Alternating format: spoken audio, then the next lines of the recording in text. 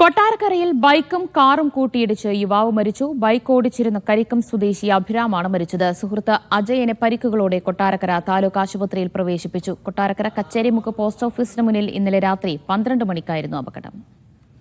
Lijo Rollins വിവരങ്ങൾ നൽകും. ലിജോ, അമിത വേഗതയാണോ അപകട കാരണം?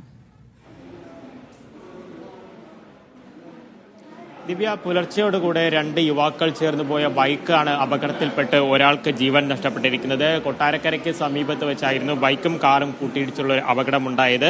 ബൈക്ക് ഓടിച്ചിരുന്ന കരിക്കം സ്വദേശിയായിട്ടുള്ള 25 വയസ്സുകാരൻ അഭിരാമിനാണ് ജീവൻ നഷ്ടപ്പെട്ടിരിക്കുന്നത്. ഇത് സംബന്ധിച്ച് മനസ്സിലാക്കാൻ കഴിയുന്ന കാര്യമെന്ന് പറയുന്നത് ബൈക്ക് വേഗതയിൽ എത്തുകയായിരുന്നു എന്നുള്ളതാണ്.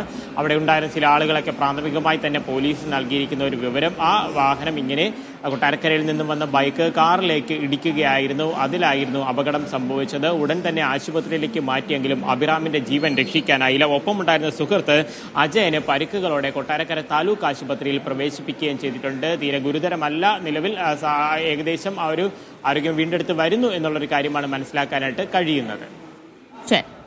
ലിജോ റോളൻസാണ് വിശദാംശങ്ങൾ നൽകിയത്.